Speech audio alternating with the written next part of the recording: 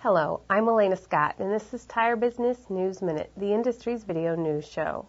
There was quite a shakeup in the Tire Retread and Repair Information Bureau last week when its longtime managing director, Harvey Brodsky, was removed from his post by the organization's board.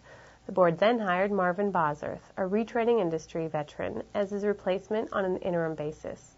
TRIB President Mike Barra Jr., in a letter to TRIB members, said the TRIB board made its move based on what was considered compelling factual circumstances to change leadership.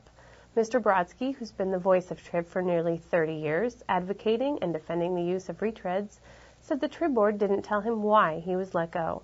TRIB has begun a nationwide search for a new managing director. Meanwhile, Mr. Barra said he was planning to step down as TRIB's president when he becomes president of the Tire Industry Association in November. Now, he said he'll continue serving in that post in light of the vacancy of the TRIB managing director position and until the board schedules an election. Mr. Barra said the idea of TRIB joining the Tire Industry Association has been discussed many times over the past 4 years.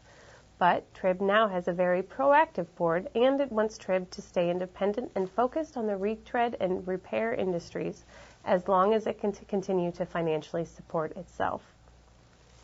In other news, TBC Retail Group has acquired 21 Tires Plus licensees in Illinois, Iowa, Minnesota, and Wisconsin, and has converted the stores to National Tire and Battery outlets.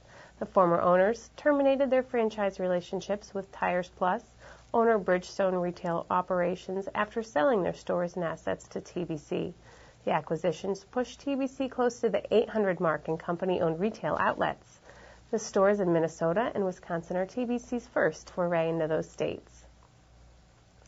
That's it for today's News Minute. Thanks for joining us, and be sure to read the October 11th print edition for more on these and other stories, including our coverage of the recent iTech show.